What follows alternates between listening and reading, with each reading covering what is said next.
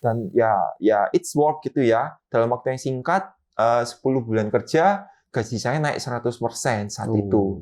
Dalam waktu yang singkat juga, gaji saya dari 5,5 naik lagi jadi hampir 10 juta.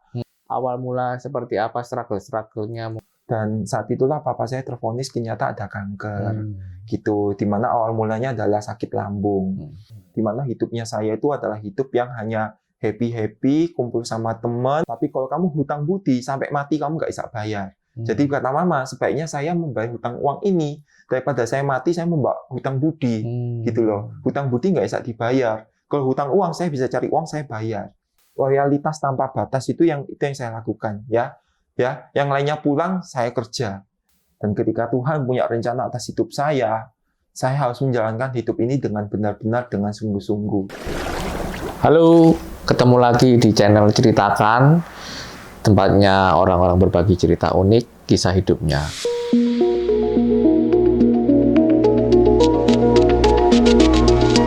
Oke, kali ini saya berkesempatan mewawancarai teman saya.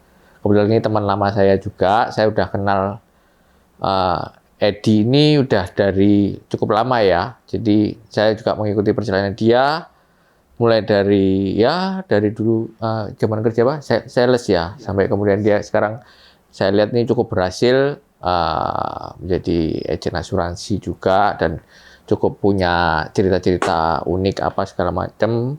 Nah, kali ini saya berhasil untuk ngajak Edi untuk bercerita nih tentang kisah hidupnya. Semoga nanti bisa jadi sebuah inspirasi dan pengalaman buat teman-teman semua di situ. Oke, jadi langsung aja kita coba ngobrol sama ini Edi. Halo Ed. Halo Kak Deki. Ya, waduh, tambah seger aja kamu Ed. Thank you. Keren.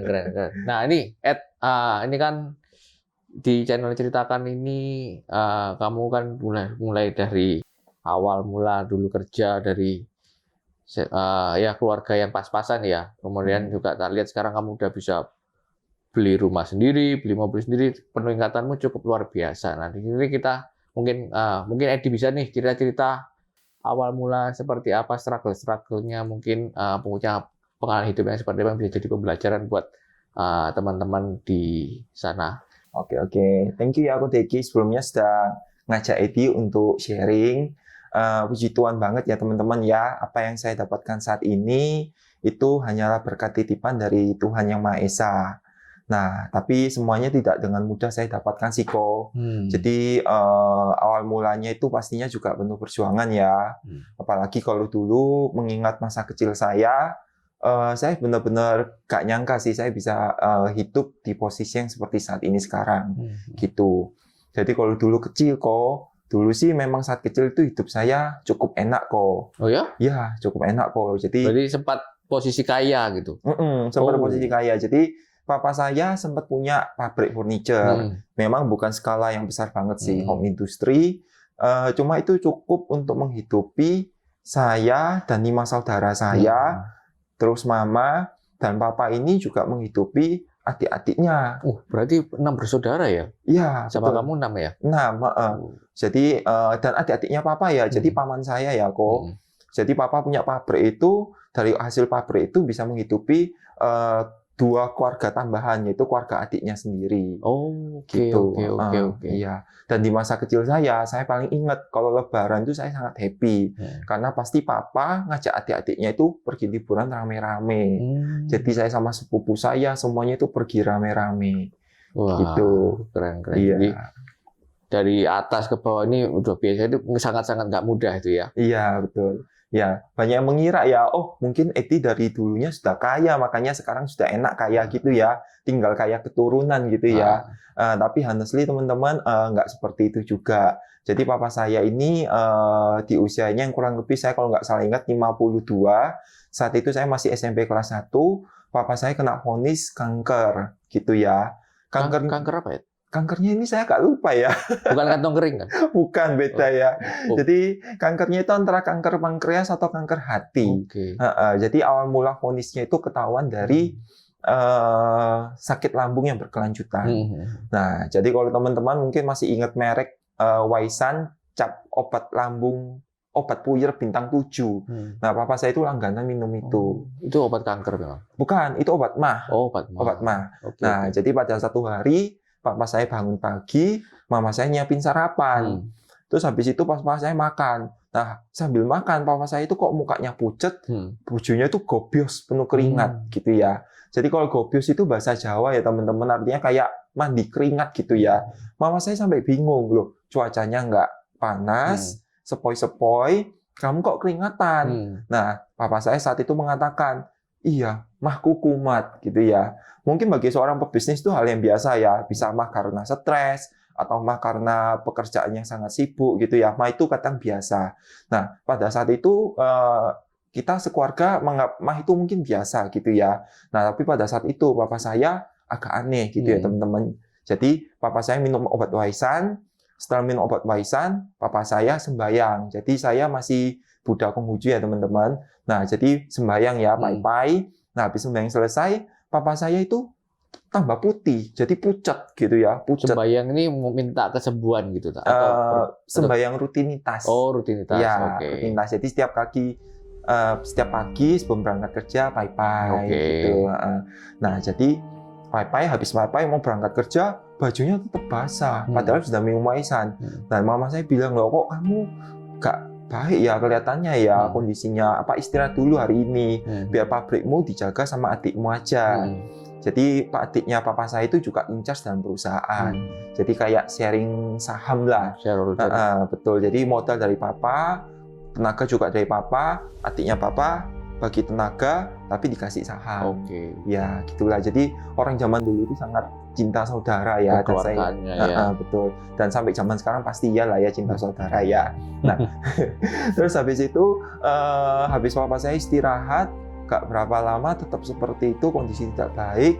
Agak sore saya ingat papa saya dibawa ke rumah sakit Premier di daerah Nginden situ, dan saat itulah papa saya tervonis ternyata ada kanker gitu, dimana awal mulanya adalah sakit lambung gitu ya. Sudah kayak berita petir di siang bolong gitu ya? Iya betul, itu ya? Kita kaget banget sih. Nah, saat itu saya masih SMP kelas 1 kok, dimana hidupnya saya itu adalah hidup yang hanya happy, kumpul sama teman, ulangan, belajar gitu ya. Pokoknya hidup anak remaja pada umumnya. Dan pada saat itu hidup saya ingat banget sih, itu sangat menyenangkan ya. Karena saya itu uang jajan berkelimpahan. Terus saya juga dianggap anak yang punya gitu ya. Jadi dalam lingkungan pergaulan saya dianggap anak yang punya gitu ya. Secara kan papa saya punya pabrik. Nah gitu. Nah, tapi semenjak papa saya sakit, yang saya ingat dalam ingatan saya gitu ya, saat itu saya masih SMP ya, dan jujur ingatan itu tidak semuanya saya ingat dengan baik, karena ingatan itu banyak ingatan yang kurang enak bagi saya gitu ya. Jadi ketika papa saya mulai sakit itu sudah mulai tapi ini ya teman-teman ya, papa saya tidak minta sakit gitu ya. Itu adalah perjalanan hidup setiap orang. Tidak ada orang yang tahu kapan dia sakit, tidak ada orang yang tahu kapan dia akan meninggal. Jadi saya tidak menyalahkan papa saya sama sekali gitu ya. Ya memang itu jalannya harus dihadapi papa saya. Nah, kalau buat saya sendiri apa yang terjadi gitu ya? Ketika papa saya mulai sakit, pabrik ini sudah mulai tergeletak kok. Memang ada paman saya yang sudah in charge, dan ada juga kakak saya yang saat itu sudah kuliah dan incas bantu-bantu. Nah, tapi beda otak yang pemimpin, beda hasilnya gitu ya. Kalau dulu papa saya yang pimpin, hasilnya gini. Ketika yang mimpin adalah adik papa alias paman saya dan koko saya, hasilnya beda. Karena itu kejadian yang tidak direncanakan ya. Jadi terpaksa yang biasa dihandle sama papa, karena papa sakit, mau nggak mau dihandle sama keluarga yang lain. Dan ini udah pasti feelingnya, touch-nya udah jauh berbeda. Belum siap lah ya. Belum siap, instingnya beda, hasilnya beda banget. Jadi singkat cerita, perusahaan ini tambah lama tambah turun gitu ya. Dan sebelum papa saya meninggal, papa saya sudah feeling dia harus buka toko mebel satu.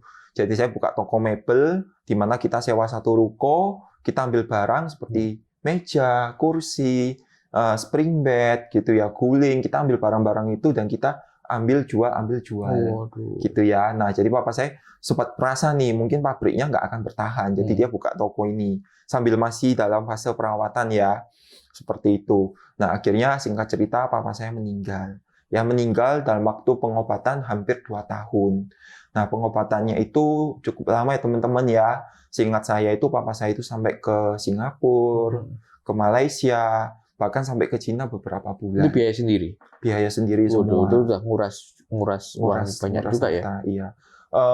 Nggak juga biaya sendiri sih, sampai biaya pinjem sampai ngutang. Iya, pinjam saudara. Untungnya saya punya bibi yang sangat baik di Jakarta yang meminjami kami uang. Jadi bibi ini adalah adik dari mama saya, gitu ya. Dia minjemi dan dia tidak menghitung bunga, gitu ya. Dia minjemin, gitu ya. Dan dia juga tidak mendeadline kapan uang itu harus kembali, gitu ya. Nah itu. Tapi ya tetap papa saya nggak ada, gitu ya.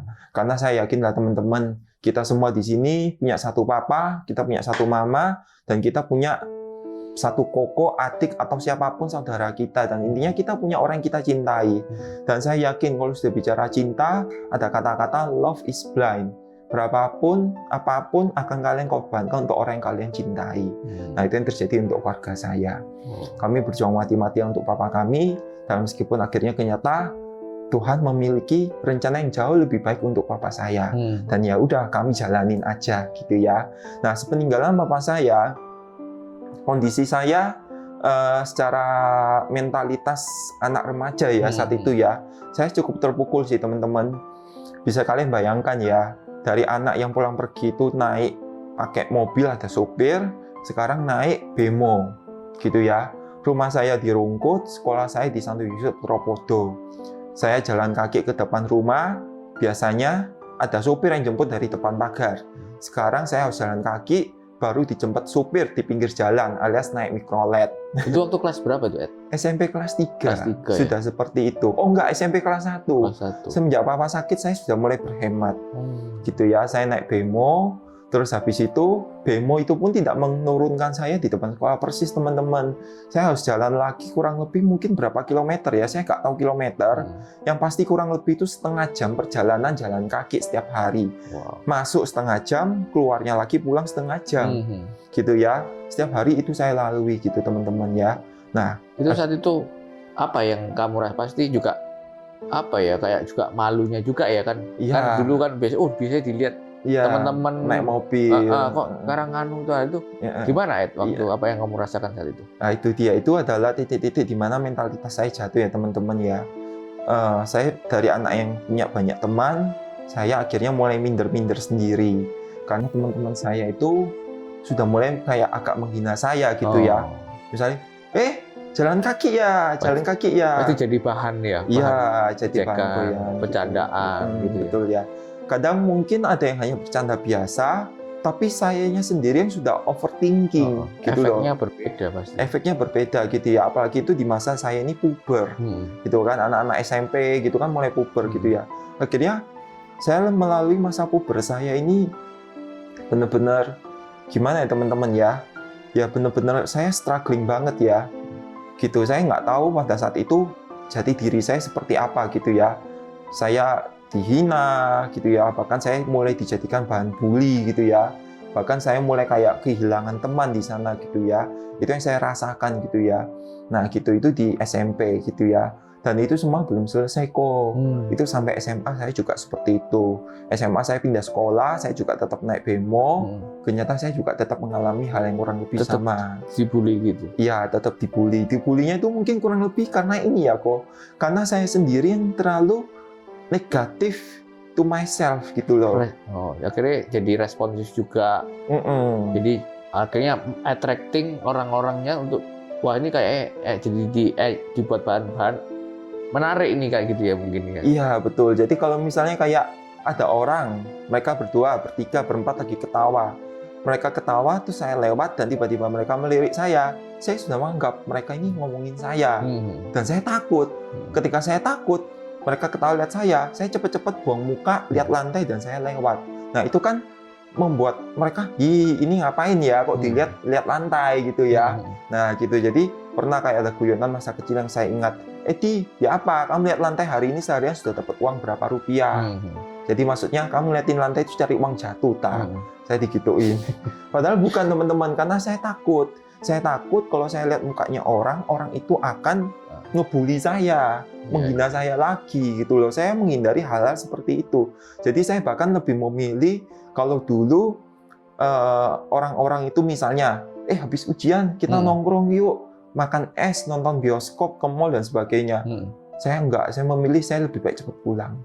Gitu ya, saya lebih baik cepat pulang. Kalau istirahat, ayo ke kantin, hahaha, hihihi gitu ya. Saya lebih memilih, oh enggak, saya ke perpustakaan aja yang nggak ada orang. Jadi saya benar-benar yang menjadi sosok antisosial. Yes, iya, real ansos gitu ya, antisosial, dan muka saya itu benar-benar muka yang saya sudah nggak tahu caranya senyum itu kayak gimana. Dan nggak ada orang-orang yang untuk kamu ajak cerita atau berbagi apa yang kamu rasakan nih, kamu berbagi untuk, aku merasakan seperti ini, nggak ada. Kurang lebih nggak ada. Nggak ada. Kamu Kenapa? sendiri, kamu hadapi sendiri ya? Iya, saya hadapi sendiri. Kenapa saya hadapi sendiri? Karena pada saat itu mama saya barusan kehilangan papa saya, dan mama saya sangat terpukul. Saya tidak mau membebani mama saya dengan masalah saya sendiri. Yang kedua, cece saya, koko saya, semua juga menghadapi masalah mereka sendiri. Kami semua struggling dengan diri kami sendiri saat itu, gitu ya. Kenapa kami struggling? Karena pabrik ini saat tutup, papa kami saat meninggal, sebetulnya kami juga terlilit oleh hutang. Hutangnya ya hutang biaya berobat itu. Nah, hutang biaya berobat ini sebetulnya akan lunas kalau pabrik yang bangkrut itu dijual lahannya. Mungkin pabriknya kan nggak jalan, tapi kita masih punya gudangnya. Ada asetnya. Ya, asetnya itu ya. Nah, tapi teman-teman, itu loh teman-teman ya. Karena terlalu cinta saudara ya. Dulu saat papa saya beli aset itu, asetnya atas nama adiknya papa. Saya juga nggak tahu kenapa sampai papa beli atas nama asetnya itu atas nama adiknya papa. Cuma kalau saya dengar dari mama, kan kami dari Bagan Api. Jadi dulu adiknya papa itu disekolahkan di Surabaya. Oke. Nah, yang nyokolain ya papa. Ya, karena engkong saya dari muda sudah meninggal juga. Jadi dari papa saya muda, engkong saya sudah meninggal. Jadi papa ini juga termasuk apa ya? Tulang punggungnya keluarga lain, termasuk adiknya papa tadi ya. Benar. Nah, jadi pada saat di Bagan Api, kami mau pindah ke Surabaya buka usaha, adiknya papa ini disuruh survei dan beli tanah. Nah, mungkin karena ya sudahlah adikku lah, aku percaya ini uang beliau tanda tangan atas namamu. Mungkin karena itu yang terjadi, makanya tanah itu atas nama adik papa. Kok nggak dibalik nama? Saya pernah bertanya gitu ke mama, tapi mama bilang, ya nggak kepikiran. Nggak kepikiran hal ini bakal terjadi. Nah, jadi pada saat papa saya nggak ada, kami berharap tanah itu dijual. Kami berusaha menjual sebaik mungkin, tapi tanah itu kami hanya pegang sertifikatnya. Tapi sertifikat itu sebetulnya atas nama adiknya papa. Gitu loh. Dan suatu hari ada seseorang yang nggak tahu gimana caranya, datang mengambil kunci gudang dan mengambil sertifikat, dan akhirnya diambil sama orang itu, ternyata orang itu orang adik surahnya papa, dan dijual gitu saja. Nah, begitu dijual, kami tidak mendapatkan 1% pun, gitu ya. Adiknya papa ngeklaim, oh almarhum Koko ini selama bisnis belum bayar saya ini, belum bayar saya itu, belum bayar saya ini, belum bayar saya itu. Nah, mama saya hanya ibu rumah tangga, dia nggak ikut-ikut urusan bisnis suaminya. Jadi mama saya cuma bisa, lo gitu ta, sakno lo, kamu lihat ponakanmu ini masih 5, gitu loh, banyak 4 ini belum sekolah selesai, kakak saya baru sekolah SMA selesai, gitu loh. Tapi ya nggak ada, gitu ya. Jadi tetap uang itu diambil semua. Nah, jadi dari sana keluarga saya itu juga struggling karena kami harus mati-matian cari duit untuk apa? Untuk di mana kakak saya masih kuliah 2, cece saya masih 1 SMA 1, saya SMP 3. Jadi mama saya itu beban pikirannya sudah sangat besar, teman-teman. Ya, mikirin bayar hutang, mikirin bayar sekolah 4 anaknya, mikirin biaya rumah, mikirin bayar biaya sewa toko. Nah, jadi saya merasa beban dalam keluarga saya ini sudah cukup besar, gitu loh. Dan ketika diri saya menjadi sosok yang bermasalah, saya tidak mau beban ini menambahi diri mama saya dan saudara saya. Karena saya merasa keluarga saya sudah penuh beban. Gitu. Nah, saya merasa keluarga saya sudah penuh beban, gitu ya teman-teman. Nah, jadi Edi yang saat itu ya hanya bisa terus melanjutkan hidupnya, gitu ya. Ya, jadi dari yang dulu SD saya lumayan ada ranking, SMP, SMA ranking saya anjlok, gitu ya. Ranking saya benar-benar anjlok. Bahkan buku perpisahan pun tidak ada yang mau foto perpisahan dengan saya. Jadi kalau zaman dulu di tempat SMA saya, buku perpisahan itu satu halaman foto berapa geng, satu geng isi 3-4 orang. Saya itu bahkan sampai bingung loh. Nggak ada geng yang mau foto sama saya gitu ya. Ya wes lah, sakno kamu add foto sama aku. Ya bahasa Jawa ya. Bahasa Indonesianya, kasihan ya kamu add, ya wes inilah kamu foto sama kita. Itu hal-hal yang saya makan setiap harinya. Ya, kerja kelompok, kasihan kamu ya udah sini kamu sama kita. Gitu ya. Saya benar-benar dikasihani teman-teman karena ya pertama secara penampilan nggak bagus, kedua secara kepintaran juga pada saat itu nggak ada ya. Dan yang ada hanya dibully dan dibully. Seperti itu ya. Luar biasa tekanannya gitu ya. Tekanannya seperti itu. Bahkan sampai kayak pernah kayak biasa ya anak-anak SMA ya bullying ya. Kita turun dari tangga, yang dari atas sengaja meludah, gitu ya. Mereka lomba meludah, siapa yang ludahnya kena kepala saya. Seperti itu teman-teman ya. Jadi kalau saya sampai sekarang, saya lihat TV ada bully-bully di sinetron, itu saya benar-benar nggak suka ya. Itu membuka luka masa lalu, itu saya nggak suka, gitu ya. Saya nggak suka lihat hal-hal seperti itu. Jadi teman-teman, bullying is not a good thing sih buat saya ya. Nah, terus akhirnya berlanjut sampai kuliah saya di salah satu fakultas ya, ilmu biologi di Surabaya sini ya, salah satu universitas yang bagus. Kenapa saya sampai kuliah di sana gitu ya? Nah, karena saya berpikir saya harus kuliah yang dimana lulusannya itu belum banyak. Jadi saya cari kerja itu gampang dan dicari-cari dan dapat gaji besar. Itu pikiran saya. Biologi itu dapat gaji besar itu ya?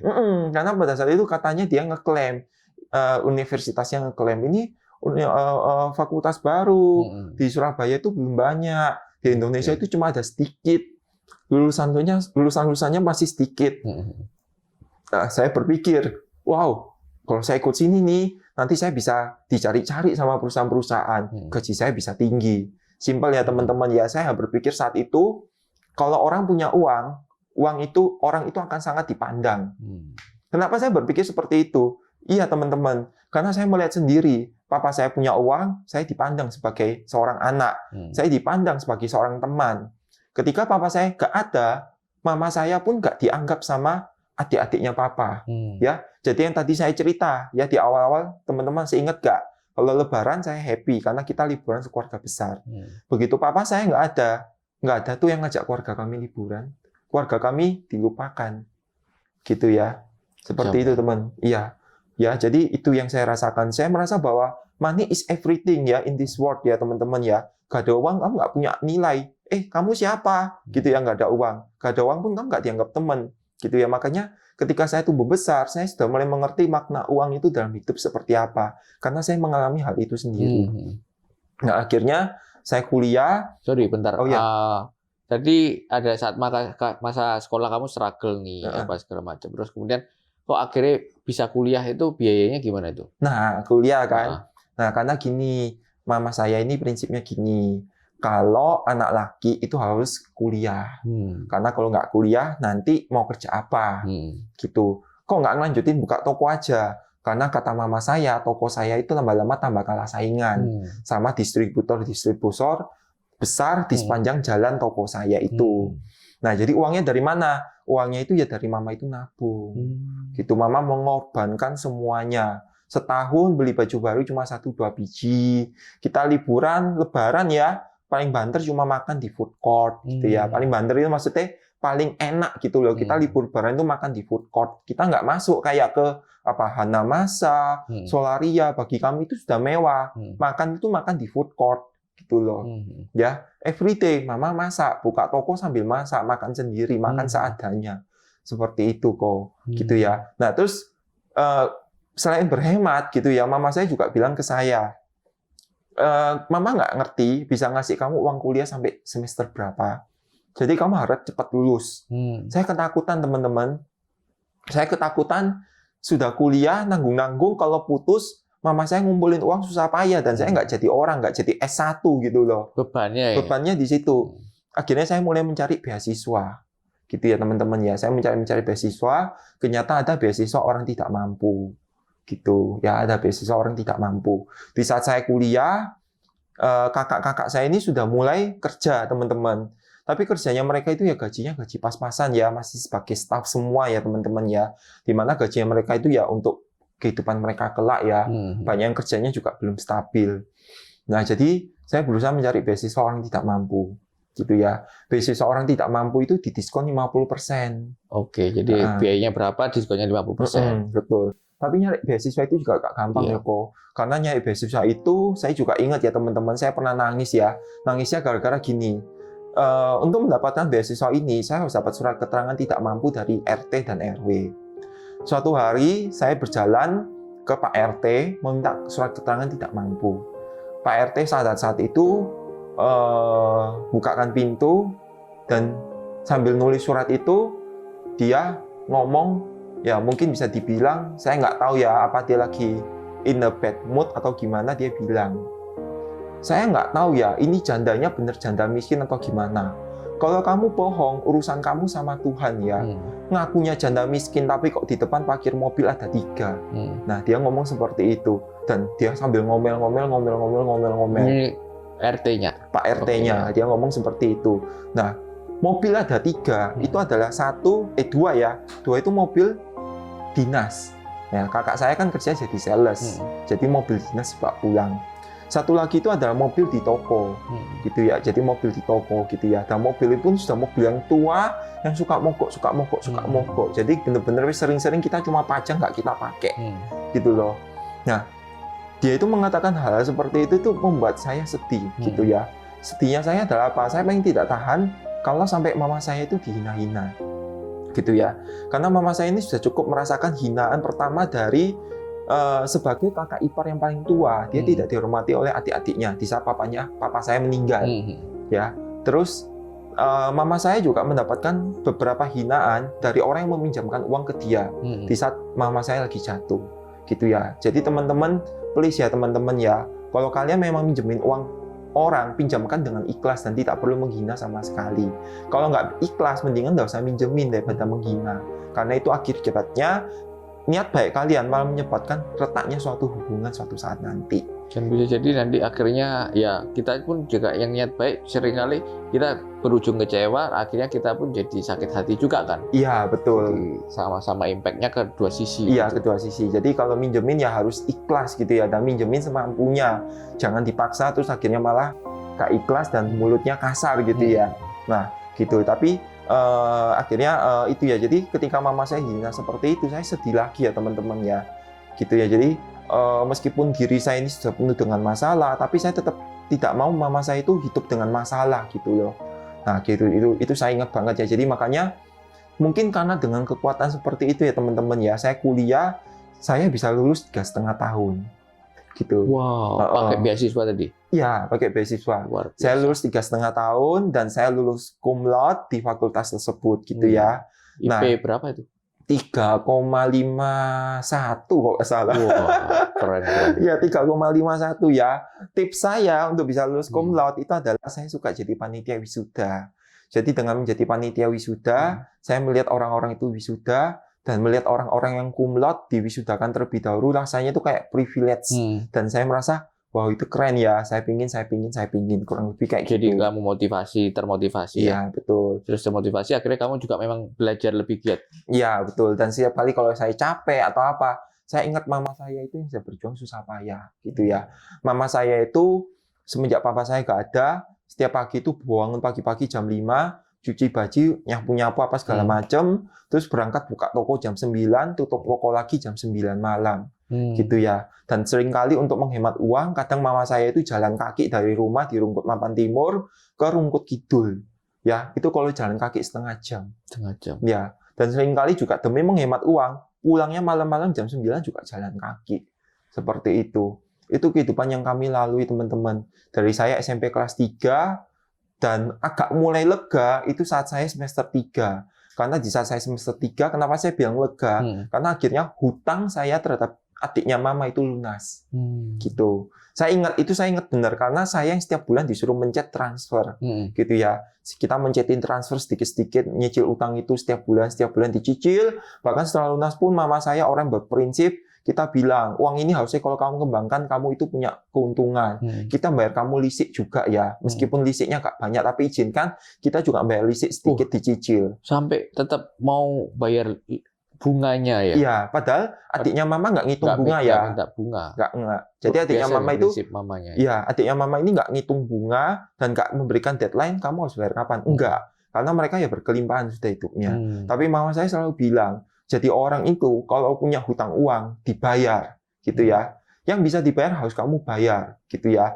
Tapi kalau kamu hutang budi sampai mati kamu nggak bisa bayar. Jadi kata mama, sebaiknya saya membayar hutang uang ini daripada saya mati saya membawa hutang budi, gitu loh. Hutang budi nggak bisa dibayar. Kalau hutang uang saya bisa cari uang saya bayar, gitu teman-teman. Keren. Ya, luar biasa prinsipnya. Ya, itu prinsip mama saya. Jadi kalau bisa mandiri ya mandiri, ngapain ngerepotin orang terus gitu loh. Nah itu ya. Ini berbeda keluarga sama adiknya papa tadi beda ya, beda. Beda. Kan bibi. Beda. Oke. Beda. Jadi kalau itu beda. Terus tadi apa? Sampai kuliah. Jadi selama sampai bisa bayar utang tuh murni dari hasil toko tadi itu ya? Iya, dari hasil toko. Sama menghemat apa segala macam ya, biaya hidup masih bisa, kamu masih bisa kuliah. Itu luar biasa penghematannya ya. Iya, luar biasa. Saya ingat banget kalau kuliah, saya selalu bawa air sebotol besar gini. Kalau pulangnya jam 1, jam 2, saya cuma bawa air. Kalau pulang kuliahnya jam 5, jam 7, saya bawa uang untuk makan sekali. Malamnya saya pulang cepet-cepet untuk makan di toko. Jadi teman-teman, saya punya mah semenjak saya kecil. Ya, semenjak saya SMP, SMA, kuliah, kerja itu saya sudah punya mah. Karena ya tadi, ngemat uang, cepet-cepet pulang untuk makan di toko. Di toko. Ya, seperti itu ya. Saya putuskan saya kerja itu bekerja di bidang yang tidak sesuai bidang saya. Nah, karena katanya orang-orang pekerjaan di bidang marketing itu adalah pekerjaan yang duitnya paling banyak, paling cepat, dan paling cepat naik pangkat. Nah, jadi saya mengelamar di bidang marketing, gitu ya. Basicnya orang lulusan biologi science, dan hanya bermodalkan predikat cum laude, ya kan, dengan beberapa aktivitas organisasi. Saya melamar marketing di beberapa perusahaan. Ya, yang pertama kali memanggil saya itu adalah perusahaan bank, gitu ya. Saya sudah bekerja di perusahaan bank tersebut. Saya sudah kerja itu sebelum saya lulus loh teman-teman. Jadi saya baru selesai buku, skripsi sudah selesai, menunggu sidang itu saya sudah kerja. Gitu ya. Jadi teman-teman kebayang banget ya bagaimana hidup saya pada saat itu sangat membutuhkan uang. Gitu ya. Saya belajar uang itu bisa jadi baik, uang itu juga bisa jadi buruk gitu ya. Tapi saya tahu bahwa uang itu kalau jadi baik itu benar-benar jadi baik sekali gitu ya. Nah, jadi saat itu saya sudah bekerja. Nah, saya kerja di bank itu cuma 1 bulan aja kok. Terus habis itu saya dapat panggilan di perusahaan lain gitu ya. Nah, saat di perusahaan lain itu saya bekerja hampir 2 tahun lebih ya. Bekerja hampir 2 tahun lebih sebelum akhirnya saya sekarang di asuransi kayak gitu ya. Nah, proses pematangan saya dari yang anak yang kuper, anak yang ansos, anak yang benar-benar takut melihat manusia gitu ya. Bagi saya itu ruangan yang hening, tenang, tidak ada orang itu jauh lebih menyenangkan gitu ya. Melihat mata orang itu sangat mengerikan gitu ya. Lebih baik lihat lantai gitu ya. Itu yang saya alami. Kayak lihat hantu ya, lihat mata orang. Iya, takut gitu ya. Karena lihat mata orang itu rasanya kayak dipendeli gitu ya. Insecure banget. Iya, insecure banget gitu ya. Nah, prosesnya itu ya pertama teman-teman ya, itu kalau saya ingat-ingat ya, dulu saat kuliah, tadi kan saya cerita ya, saya sukanya ke perpustakaan ya. Karena perpustakaan itu tempat yang hening, tidak ketemu banyak orang, dan tidak ada yang bisa membuli saya, dan tidak perlu mengeluarkan uang. Kalau saya ke kantin kan keluar uang. Nah, untungnya pada saat saya kuliah, di perpustakaan itu banyak-banyak buku bagus yang saya baca. Gitu. Nah, itu adalah titik-titik di mana saya sudah mulai belajar untuk mendevelop myself gitu ya, self development. Nah, terus habis itu saya rasa perkembangan hidup saya itu lebih berkembang lagi ketika saya itu mulai kerja di tempat kerja yang kedua ya, di pabrik kertas dan tisu ya, pabrik kertas dan tisu, salah satu perusahaan yang juga sudah TBK. Di saya bekerja 2 tahun 9 atau 11 bulan ya, dengan posisi terakhir itu saya supervisor. gitu ya, seposisi terakhir supervisor. Di sana saya juga lumayan sih kok, saya di sana juga sudah punya posisi, gaji ya sudah lumayan, tapi ya gitulah ya, namanya persaingan dunia kerja itu keras ya. Di mana dulu saya bekerja mati-matian, bagi saya pulang jam 5 itu memalukan. Pulang jam 5 itu adalah pulang bagi orang-orang yang tidak mau naik pangkat. Jadi kalau yang mau naik pangkat itu harus pulangnya jam 7 gitu ya. Jadi saya dulu, saya ingat sekali, saya selalu pulang jam 5 ke atas ya, jam 6, jam 7 gitu ya. Hanya dengan apa? Cari muka, tujuannya cari muka supaya saya cepat naik pangkat. Seperti itu. Padahal sampai jam 7 itu nggak ngapa-ngapain gitu maksudnya? Iya, nggak ngapa-ngapain. Karena saya termasuk orang yang fast respon ya, fast doing. Jadi kalau ada, tugas ini, customer ini, saya itu tek cepet banget selesainya, gitu ya. Nah, yang sering kali membuat saya lembur itu apa sih? Karena gini, saya punya teman kerja yang juga baru masuk dan dia itu orangnya, ya mohon maaf ya, mungkin need time ya, dia butuh waktu kalau dalam mengerjakan sesuatu. Jadi dia sering lembur, gitu loh. Lah kalau saya pulang dia masih lembur, orang pikirnya dia yang rajin, gitu loh. Nah, saya kan nggak mau kalah saing. Karena bos saya hanya melihat siapa yang lembur itu yang rajin. Padahal dia tidak melihat siapa yang kerjanya cepat. Gitu loh. Jadi mau nggak mau ya saya harus menyesuaikan dengan pola penilaian dari bos saya. Gitu ya. Nah, saya sering lembur. Dan ya it's work gitu ya. Dalam waktu yang singkat, 10 bulan kerja, gaji saya naik 100% saat itu. Ya, di mana saat itu tahun 2012 gaji saya 2,75 bisa jadi 5,5 gitu ya. Dan saya mulai diajak sama direktur saya ke Jakarta, kemana, meeting dengan pemilik bisnis gitu ya, pemilik pabrik gitu ya. Dan mereka bilang, wih gila ya, kamu ini anak muda yang paling cepat diangkat gitu ya. Nah gitu, dan dalam waktu yang singkat juga gaji saya dari 5,5 naik lagi jadi hampir 10 juta gitu ya teman-teman ya. Dan nah, terus dalam suatu hari ketika saya baru pulang keliling ya kok, pulang keliling dari customer, nggak tahu gimana caranya, yang lainnya sudah pulang, 1 jam 5. Jadi teman-teman bayangkan ya loyalitasnya saya kayak gimana. Yang lainnya jam 5 pulang, check out gitu ya, log out. Saya jam 5 itu baru pulang dari keliling dan saya membuat laporan. Ya, saya everyday selalu seperti itu. Loyalitas tanpa batas itu yang saya lakukan ya. Ya, yang lainnya pulang saya kerja. Lainnya pulang saya kerja. Everyday seperti itu.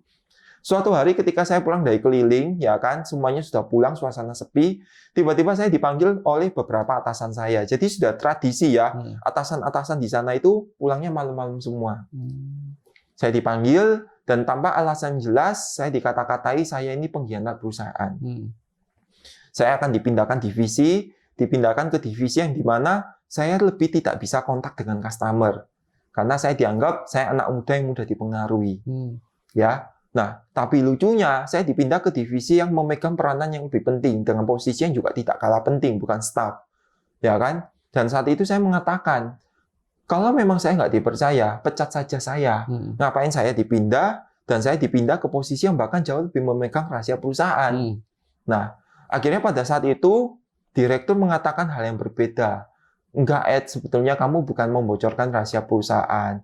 Sebetulnya kamu ini, kita itu cuma takut kamu itu dipek orang, kamu diambil orang gitu ya. Mungkin takut saya di hijack gitu ya. Nah, jadi kamu tak pindahkan ke posisi ini. Dan kamu tahu sendiri ini posisi yang penting seperti yang kamu katakan tadi. Posisi ini sudah banyak orang yang mencoba, kita sudah coba cari orang pengganti, tapi banyak yang masuk dan resign. Karena memang posisi ini bukan orang yang muda yang bisa kuasai. Nah, saya lihat kamu mampu. Ayo Ed, tolong bantu kita. Nah, kata-kata tolong bantu itu benar-benar mengena di hati saya. Gitu ya. Karena dulu ketika mama saya susah, saya ingat orang-orang yang membantu kami. Dan saya ingat banget kalau nggak ada mereka yang bantu kami, saya nggak tahu hidup kami ini akan seperti apa gitu loh. Emas, perhiasan, semuanya sudah dijual. Gudang pegangan satu-satunya malah dirampas. Kita nggak punya pegangan. Saat itu kalau bukan karena adik mama yang bantu, dan bukan karena sepupu mama yang lain yang bantu, mungkin kami ini ya nggak tahu mau jadi apa hidupnya. Mungkin rumah bisa sampai dijual juga gitu loh. Nah, jadi mendengar kata-kata, ayo Ed bantu kami. Saya mengingat ini adalah perusahaan besar ya. Kan tadi pertama kali saya kerja di bank ya, itu kan cuma 1 bulan. Jadi saya nggak bisa hitung lah. Nah, perusahaan ini saya bekerja hampir 2 tahun lebih saat itu ya. Itu saya banyak belajar di sana tentang, oh kerja itu kayak gini. Oh, ramah-tamah dengan pemilik perusahaan, ramah-tamah dengan purchasing, strategi marketing tuh saya banyak belajar gitu loh di situ. Nah, jadi saat saya diminta bantu, saya merasa kayak ayo balas budi. Nah, saya bilang, oh ya wes, ayo tak bantu. Jadi pikiran saya simple, hanya seperti itu aja kok. Nah, saya langsung menyetujui, saya pindah divisi itu. Pindah divisi gitu, saya pindah divisi. Tapi pertanyaannya kenapa kok tadi kok hanya pindah itu kok sampai dimaki-maki tadi? Seakan-akan terlihat salah. Iya, gitu kan? betul ya. Iya. Itu memang agak lucu ya gitu ya. Jadi saya juga nggak tahu ya apakah itu satu strategi atau gimana, saya juga nggak tahu. Tapi ada hal yang lucu juga Seko. Jadi begitu saya pindah, ini kesalahan saya juga ya teman-teman ya. Mungkin karena saya terlalu percaya. Jadi begitu saya pindah, divisi saya kan awalnya marketing. Saya pindah ke bagian manajer PPIC. Oke. Manajer yang mengatur produksi ya, yang menghubungkan antara kebutuhan marketing dengan produksi disambungkan supaya jadwalnya nggak berantakan. Divisi itu kan tidak ada penjualan. Nah, sedangkan gaji saya yang selama ini yang hampir 10 juta lebih, kadang juga 10 juta sampai 11, itu include komisi. Saya lupa, di malam itu ketika saya ditekan, saya lupa nanya, kalau saya pindah, susunan gaji saya ini akhirnya gimana? Saya lupa tanya teman-teman. Gitu ya, karena mungkin sudah emosi gitu ya. Saya emosi sampai nangis loh. Nangisnya itu karena saya tidak suka difitnah. Terus habis itu saya pindah-pindah aja. Begitu saya pindah, bulan pertama saya kaget. Ternyata gaji saya yang saya terima adalah gaji basic tanpa komisi. Dan itu turunnya hampir 40%. Jadi saya terimanya 5, sekian juta. Setelah dipotong jam sostek dan sebagainya. Itu saya kaget. Terus pikiran saya tetap positif. Saya pikir, oh mungkin saya diuji coba 3 bulan. Ya, karena 3 bulan kemudian, itu kan saya dipindah Desember ya. Pabrik tempat kerja saya itu setiap bulan April itu ada kenaikan gaji. Oh mungkin nanti kenaikan gaji saya akan dinaikkan luar biasa banyaknya gitu ya. Karena saya ingat banget, orang yang sebelumnya yang saya gantikan posisinya, itu terkenal sebagai tangan kanannya direktur, dan gajinya itu ditransfer sampai di 2 rekening. Untuk menghindari perhitungan yang rumit lah, kurang lebih katanya seperti itu. Sampai 2 rekening loh, jadi kan saya kebayang, wow ini bayarannya pasti 2 digit, 2 digitnya bukan 10, tapi bisa 20, 30, 40. Nah pikiran saya, oh ya gak apa-apa lah, komisi saya hilang, mungkin nanti kenaikan gaji saya dapat banyak. Wes, sementing loyalitas dulu, loyalitas tanpa batas. Saya hajar teman-teman ya, 3 bulan dari seorang marketing duduk mancep ya, duduk mancep itu duduk diem di dalam kantor terus, ngelihat di komputer, ngelihat di kertas. Ya, teman-teman yang jiwanya marketing, yang sukanya keliling ketemu orang jalan sana jalan sini, tiba-tiba harus duduk setiap hari ngeliat kertas. Pusing loh. Wah, stres banget.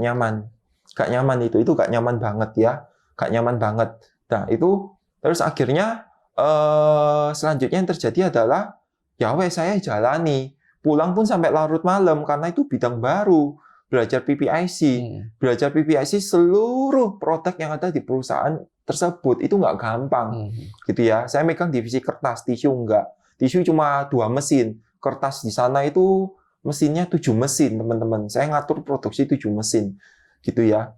Nah, itu nggak gampang gitu loh. Nah, saya belajar 3 bulan, ya, 3 bulan. 3 bulan nggak ada kenaikan gaji juga. Oh, bulan keempat nih, bulan April ya, kan saya dipindah Desember, Januari, Februari, Maret. Oh ya wes lah, bulan keempat ini kenaikan gaji. Wah, gaji saya pasti fantastis. Pikiran saya seperti itu. Nah, ternyata teman-teman, bulan keempat saya menerima kenaikan gaji sebesar 10% saja. Gitu. Ya, saya menerima kenaikan gaji hanya sebesar 10% saja. Saya emosi, saya tidak tahan, dan saya mengajukan resign. Gitu ya. Karena saya menganggap ya mungkin saya sudah dibuang gitu ya. Mungkin saya ini sebetulnya sudah nggak diperlukan, tapi mereka berusaha mencari bahasa yang halus supaya saya tidak tersinggung. Gitu. Tapi setelah saya mengajukan resign sih, saya masih tetap dipertahankan selama 6 bulan ya. Jadi selama 6 bulan, saya pengalian tugas. Pengalian tugas ini saya belajar ya, bukan belajar, saya mengajari pengganti saya. Pengganti saya ada 3 orang. Satu manajer keuangan hijack dari Jakarta, perusahaan Jakarta. Satu lagi lulusan S2 dari Taiwan. Satu lagi ini guru SMA Petra. Ya, dia itu yang mempelajari admin saya. Sedangkan 2 orang ini mempelajari strategi saya. Jadi 3 orang ini menggantikan tugas saya saat itu selama 6 bulan gitu. Nah, setelah 6 bulan ini selesai, saya resign. Ya, saya kerja di bidang asuransi sampai sekarang. Gitu. Keren. Itu kok bisa akhirnya dari kan resign kan, kemudian kenapa kok langsung memilih asuransi? Asuransi, iya. Kenapa? Maksudnya kok beralihnya apa yang membuat Edi memilih itu? Asuransi ya. Jadi gini kok, itu pertanyaan bagus ya. Tidak ada satupun orang yang pingin kerjanya di bidang asuransi.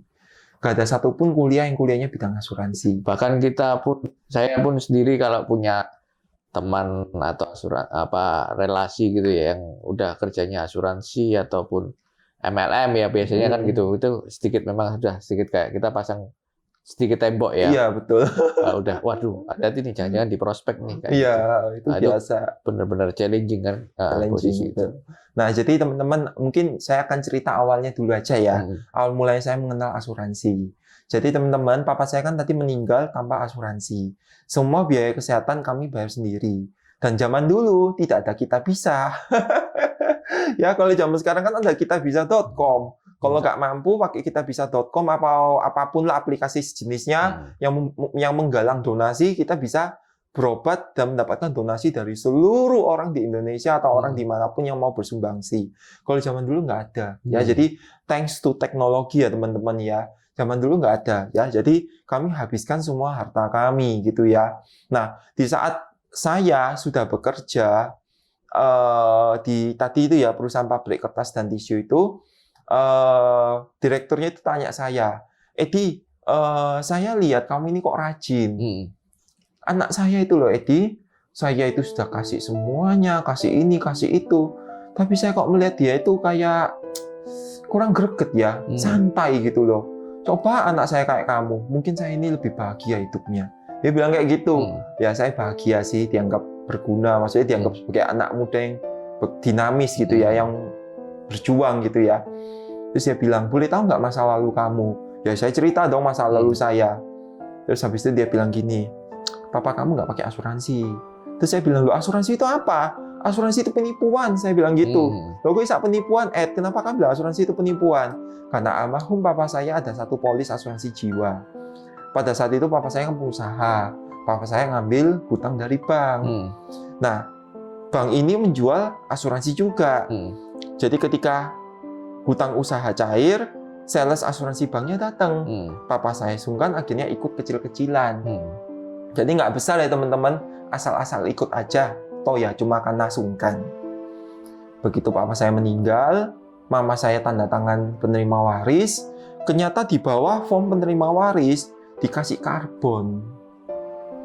Ditindas ke kertas. Kertasnya adalah pembukaan asuransi baru. Nah, itu tanpa dikasih tahu. Tanpa dikasih tahu. Loh, nakal gitu berarti. Nakal. Jadi ketika mama saya terima warisan, kalau nggak salah sekitar berapa ya? 40 juta sekian. Lah kok yang keluar cuma 20 juta sekian. Terus dikasih 1 buku polis baru, katanya hadiah. Nah, kita nggak mau. Kita maunya 40, nggak mau 20 dan hadiah 1 ini. Setelah diusut ke bank, banknya ngomong, loh kan ibu mengajukan buka asuransi. Kita nggak mengajukan. Dicek ini tanda tangannya ditindas gitu. Iya, untungnya saat itu kita punya kerabat yang peduli pada kita, kerabat orang yang melihat membantu orang bukan hanya karena uang, ya, bukan karena status sosialmu, bukan karena status kekayaanmu, tapi dia menolong orang karena hati nurani. Untunglah saat itu saya memiliki keluarga jauh yang masih ada seperti itu. Dia membantu kami dan untungnya bank tersebut ngerti gitu ya, mau mengakui kesalahan dan uang warisannya dicairkan secara utuh. gitu. Meskipun yang dicairkan ini juga tetap tidak bisa menutupi hutang ya, karena hutangnya masih banyak. Berarti ini oknum yang tadi yang nawarin tanda tangan tadi ya? Iya, itu. Terus begitu masuk kerja, saya gila kerja. Pagi sampai malam, saya sudah lupa bergaul. Jadi yang saya punya ya cuma teman-teman kantor. Teman-teman kantor pun nggak banyak kok, karena kebayang ya, saya orangnya cari muka, berusaha kerja keras, ya ibarat kata jurus kodok lah.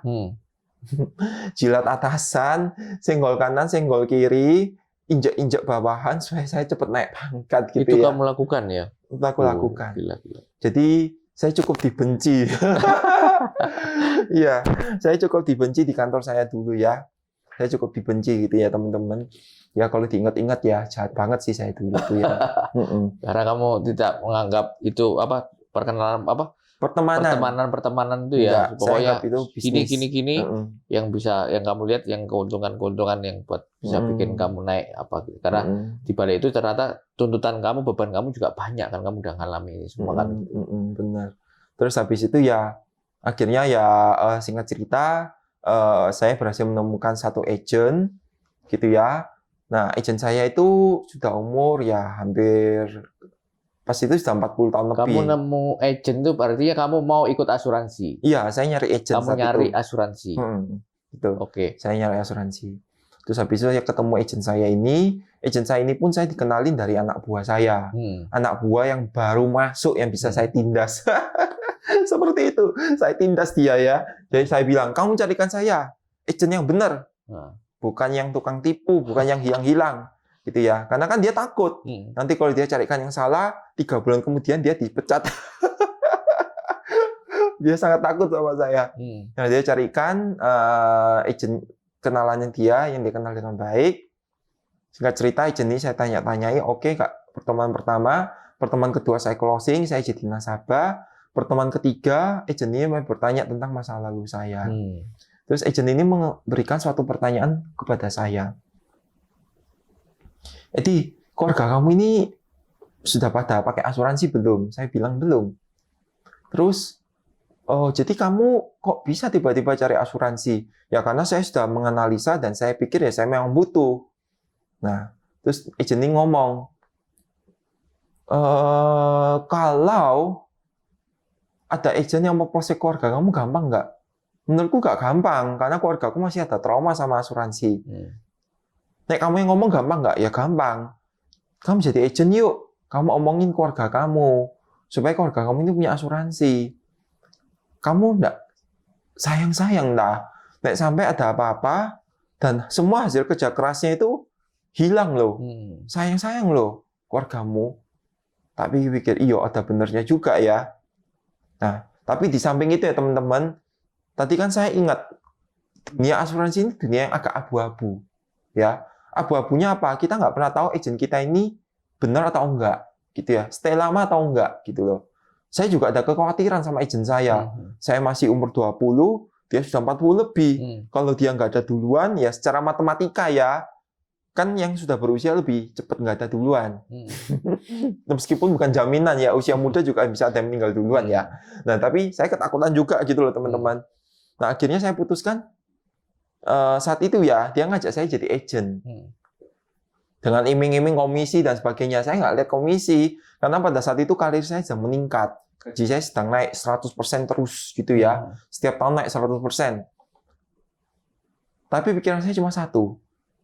Agent saya kalau nggak ada, saya sama siapa? Nah, kan ada ya pepatah yang ngajari. Kalau kamu bisa handle, kamu bisa belajar supaya kamu nggak ditipu orang. Gitu ya. Makanya mungkin kalau kita lihat orang itu punya bisnis, ada yang bisnis itu dari hulu sampai hilir semua dia pegang. Ya, karena supaya dia nggak ditipu orang lah, supaya dia bisa kontrol dan sebagainya. Saya pikir ya ada benar juga ya. Ya udah saya jadi agent aja kok. Saat itu saya jadi agent, motivasinya cuma mau belajar, terus mengenalkan asuransi ke saudara saya. Itu posisi kamu masih kerja di pabrik. Jadi saya freelance gitu ya. Masih freelance, oke. Saya freelance. Nah, terus yang gitu ternyata sambil berjalannya waktu gitu ya. Saya kan suka diajakin tuh, ayo tuh ikut yuk acara motivasi. Saya suka motivasi karena di kantor saya ini suka mendemotivasi orang lain. Oh gitu. Iya, jadi di kantor itu saya sangat struggling, saya sangat bersaing, gitu ya. Bisa dikatakan mungkin it's not a leader but a boss gitu ya. Ya kalau saya pikir-pikir istilahnya zaman sekarang ya kan ada istilah leader itu harus seperti apa, bos itu harus seperti apa. Saya pikir-pikir masa lalu saya di kantor itu saya seperti seorang bos gitu ya. Jadi gimana bersaing ke atas tuh kayak yang lain-lain di Iya, bawah-bawahin supaya iya, kita terlihat ke atas gitu iya, ya. betul ya. Dalam hati kecil saya merasa nggak nyaman, gitu loh. Nah akhirnya saya ketika diajak acara motivasi di kantor asuransi, saya itu apa sih ini? Tapi akhirnya saya mulai mencoba. Saya ikut dan saya mulai merasakan aura yang bagus, aura yang positif gitu ya. Dan saya mulai keranjingan, saya mulai suka untuk ikut acara itu, gitu ya. Setiap hari Senin saya dengerin, oh ya ini enak sih didengar, ya saya cuma dengerin aja. Tapi saya nggak mikirin untuk berbisnis di sini, saya nggak berpikir itu ya. Bekerja, mencari uang, bayar cicilan, bayar hidup, bayar masa depanku semua dari asuransi, saya nggak pernah kepikiran, gitu ya. Saya hanya melihat, ya ini setidaknya ada aura positif yang masuk gitu ya. Karena saya penuh dengan aura negatif dalam pekerjaan saya.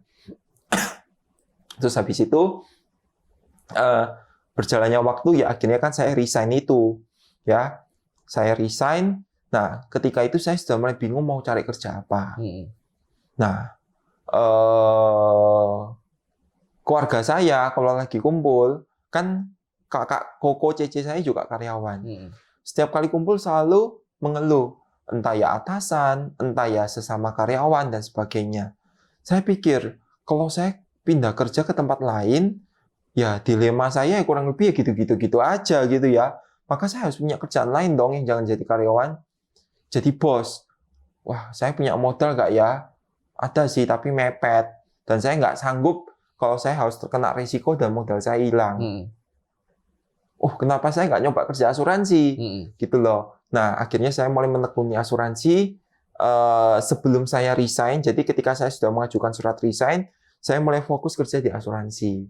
Ya, saya mulai fokus kerja. Pulang kerja jam 7, jam 8, saya prospek sampai jam 10. Siapapun yang bisa saya temui. Sabtu Minggu, Sabtu masuk setengah hari, Minggu libur, saya prospek. Itu masih masa transisi mau resign tadi 6 bulan tadi ya? Betul ya. Saya resign dan itu terus saya jalani, sampai akhirnya saya benar-benar resign. Gitu. Jadi kamu resign pun sudah nggak kayak kapal nggak ada pegangan gitu ya? Enggak. Tapi sudah memang setengah berjalan sudah. Iya betul. Jadi saya sudah kayak mantepin hati saya di asuransi. Gitu. Nah saat saya resign posisi sih komisi di asuransi itu belum sebesar income saya yang dulu. Nah jadi saya tahu saya punya defisit gitu ya, di mana orang pindah harusnya tambah naik, ini kok pindah tambah turun. Nah, jadi saya anggap ya nggak apa-apa, namanya orang buka toko kan nggak langsung dapat langganan, nggak langsung dapat pembeli, butuh waktu. Jadi nggak apa-apa, pokoknya saya kerja dan nggak kerasa sampai sekarang sudah jalan 10 tahun lebih. 10 tahun dari asuransi ya. Wow. Ya.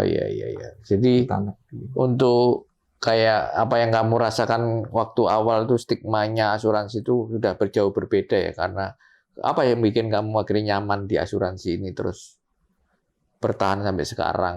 Iya, yang membuat saya bertahan ya. Pertama sih pastinya ada proses pembentukan karakter ya, teman-teman ya. Yang pertama uang. Oh ya, uang ada juga sih. Uangnya cepet ya teman-teman ya. Tapi saya percayalah teman-teman yang saat ini pasti juga punya pekerjaan dengan uang yang banyak ya.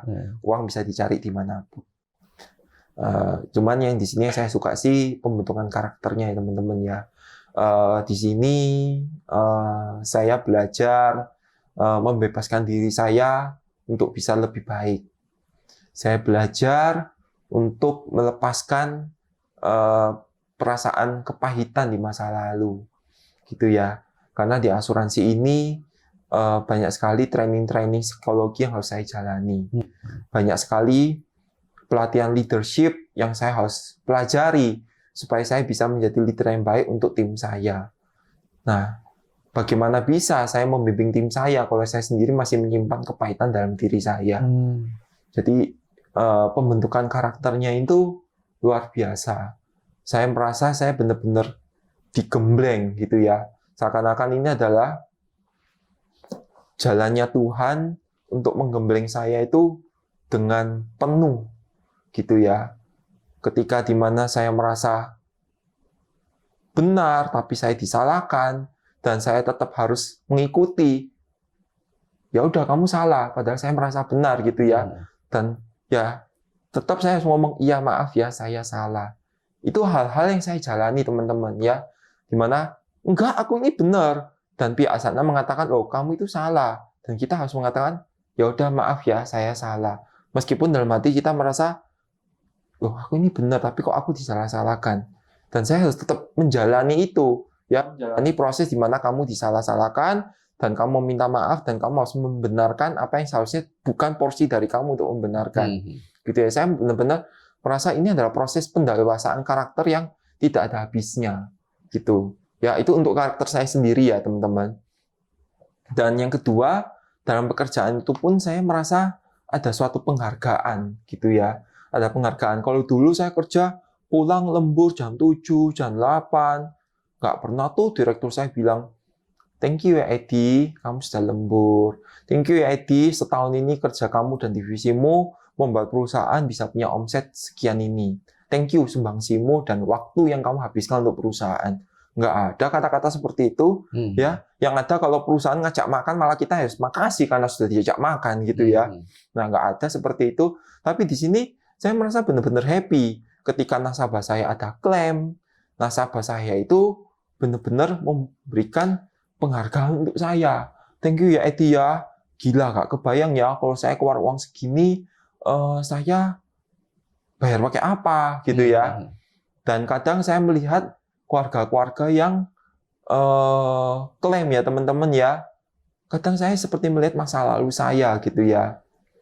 Kadang saya itu berandai-andai gitu ya teman-teman ya.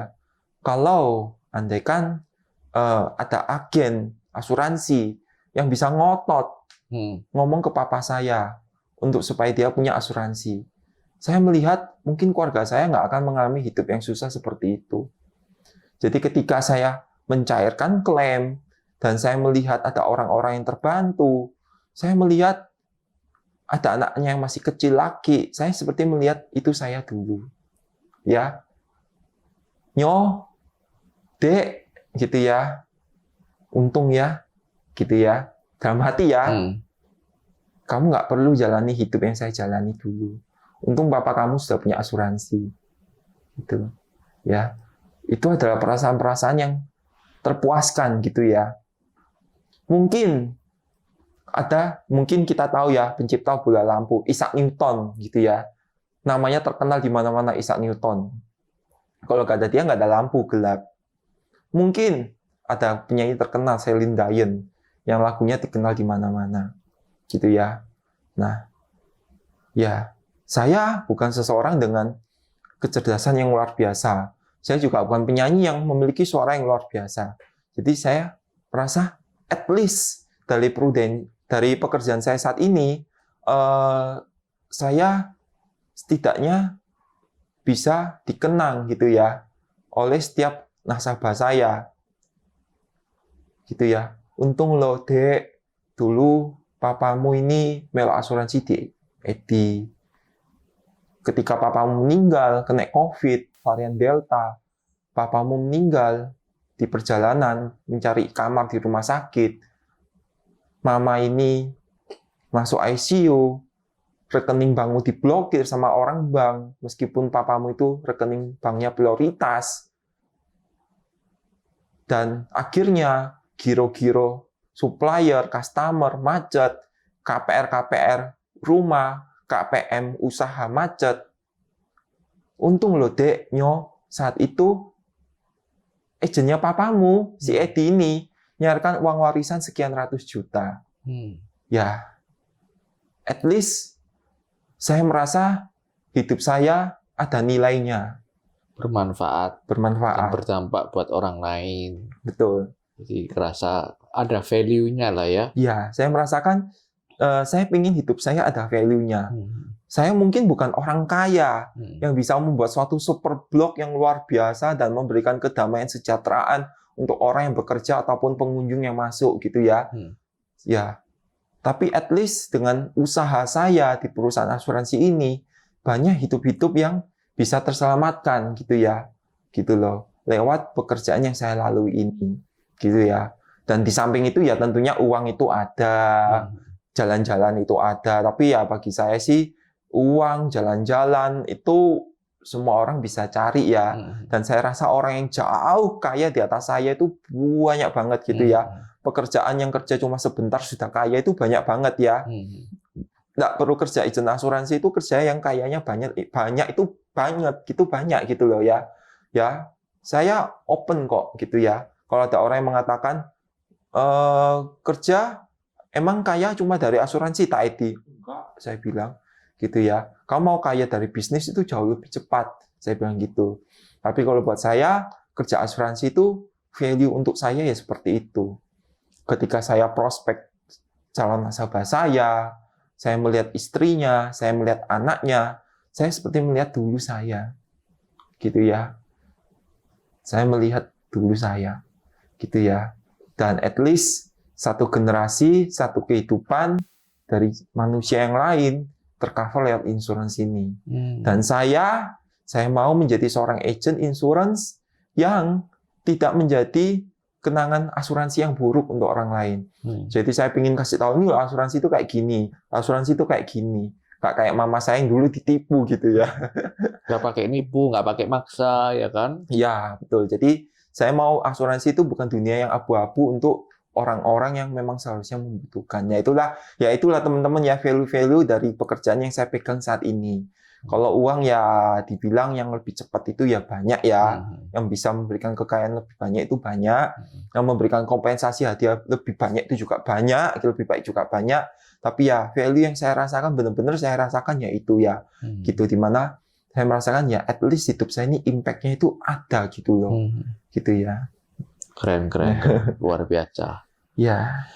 Jadi itu tadi maksudnya teman-teman di sini bahwa kalau kerja itu kan banyak ya. Kerja itu juga cari uang, nggak melulu cari uangnya aja. Tapi kita juga kerja itu harus dapat value-nya itu tadi ya. Value di mana kita bisa bermanfaat buat orang lain, memecahkan problemnya orang lain, membantu orang lain di mana orang terbantu, kemudian kita juga mendapatkan reward. Itu kan win-win solution ya. Jadi dan disitulah bisnis kerjaan kita akan berjalan sustain. Artinya bisnis ini akan berjalan lama karena banyak menguntungkan semua pihak gitu. Jadi jangan sampai teman-teman punya mindset itu kerja yang menguntungkan diri sendiri karena itu nggak akan berhasil dan akan ya cuman sebentar aja karena yang ada yang dirugikan, ada yang jangan seperti itu kerja. Kalau kerja ya itu tadi kita kerja maunya tenang damai juga, nggak mau kayak kerja dapat duit banyak tapi kepikiran, tapi tidur nggak tenang, tapi makan nggak enak, dikejar-kejar orang, nah kayak gitu, dimaki-maki orang tuh,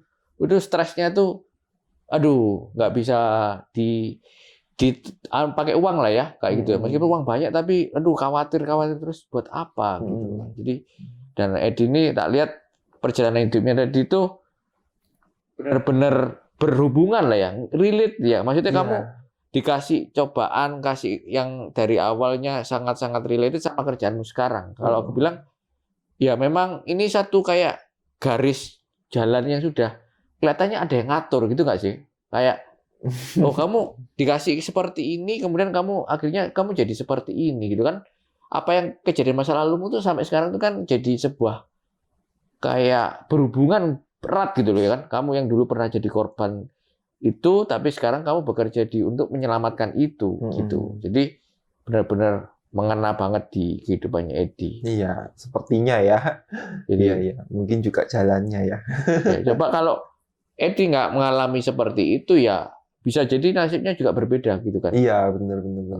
Mungkin apa segala. Makanya sekarang saya cuma pesan bahwa teman-teman hidup itu tidak ada salah benar ya. Kalau apa tadi Edi mungkin sempat ngomong kalau kita nggak mengalami masa seperti itu juga kita nggak bisa Edi juga nggak bisa struggle sekuat ini semature ini gitu setinggi ini sesukses sekarang seperti ini kan semua itu perjalanan proses yang ibaratnya yang penting apa yang kejadian di kita harus bisa jadikan motivasi itu untuk membuat kita lebih, energi kita untuk lebih positif lagi, untuk lebih berkembang lagi. Gitu ya? Iya. Nah, jadi teman-teman, kalau dari Edi ya, saya sendiri, saya juga masih belajar di dunia ini. Saya juga masih terus berkembang. Saya juga masih jauh dari angka 100 gitu ya. Tapi yang pasti teman-teman, dalam hidup ini teman-teman, kita harus selalu tetap berjuang ya teman-teman ya. Ketika kita masih bisa bangun pagi gitu ya, artinya kita masih diberikan kehidupan. Bagi saya, ulang tahun itu bukan hari di mana kita lahir. Ulang tahun itu adalah hari di mana kita masih bisa bangun. Itu hari di mana kamu masih diberikan kehidupan. Gitu ya teman-teman ya. Jadi your new chapter ya is not begin when it's a new year or it's a new age gitu ya, bukan ya. New chapter itu ya everyday gitu ya teman-teman ya. Kalian bisa berubah setiap hari ketika kalian memang mau melakukannya gitu ya. Ketika kita meratapi sesuatu atau ketika kita berusaha untuk sesuatu, itu adalah dua hal yang sama-sama membutuhkan energi. Maka teman-teman putuskan mau meratap atau mau berusaha. Kalau saya pilih lebih baik saya berusaha. Karena saya masih diberikan nafas kehidupan sama Tuhan Yang Maha Esa. Ketika saya masih diberikan nafas kehidupan, artinya Tuhan punya rencana akan hidup saya. Gitu ya. Dan ketika Tuhan punya rencana atas hidup saya harus menjalankan hidup ini dengan benar-benar, dengan sungguh-sungguh. Ya, jalankan hidup ini dengan tulus, dengan baik, dengan hati nurani. Kita kerjakan dengan baik. Ya. Gitu teman-teman. Karena rumah kita bukanlah rumah yang kita tinggali sekarang teman-teman. Mau berapa banyak sih rumah yang kita miliki? 10 kali 10, 20 kali 20, beribu-ribu hektar villa, apartemen. Semuanya juga balik kok ke tanah ukuran berapa sih? 1 kali 2, 2 kali 2. Gak ada dari dunia ini akan kita bawa pulang. Tapi yang akan kita bawa pulang dengan baik adalah semua hasil kerja baik kita. Dan semua hasil kerja baik kita bukan manusia yang menilai, tapi Tuhan di atas yang menilai. Ya, teman-teman ya. Jadi yuk bangun diri kita dengan baik, jadilah impact buat orang sekitar kita dengan baik. Saya bukan Isaac Newton, saya bukan Celine Dion, tapi saya berusaha sebisa mungkin menjadi impact bagi orang sekitar saya. Tidak besar, kecil juga oke kok. Jadi setidaknya Tuhan nanti saat saya kembali, Tuhan bisa lihat saya sudah berjuang. Nah, kalau saya bisa berjuang, saya yakin teman-teman juga bisa berjuang ya teman-teman ya. Yuk menjadi lilin yang menyala di atas langit. Menjadi bintang yang terus bersinar. Ya, menjadi matahari yang juga terus bersinar. Ya, kerja dengan penuh integritas. Menolong kepada semua orang, ya, tanpa memilih, ya, karena cinta kasih itu tidak ada batasannya, ya, sehingga saat nanti kita kembali, kalau harimau mati meninggalkan belangnya, manusia mau mati meninggalkan apa? Itu pilihan kita, ya teman-teman. Yuk hidup cuma sekali, hiduplah dengan bermakna. Itu sedikit pesan terakhir dari saya. Luar biasa. Terima kasih Edi, luar biasa cerita-ceritanya tadi inspiratif banget. Semoga kita semua di sini belajar sesuatu ya dari ceritanya Edi tadi.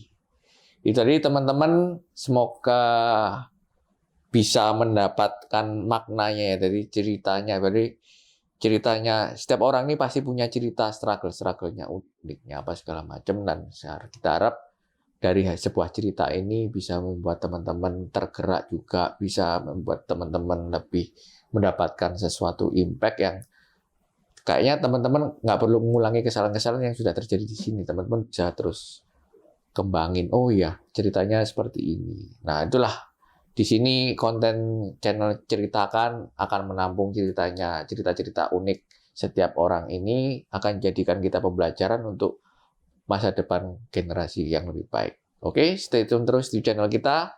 Terima kasih. Thank you, Ed. Sama-sama kok. Sukses luar biasa. Amin.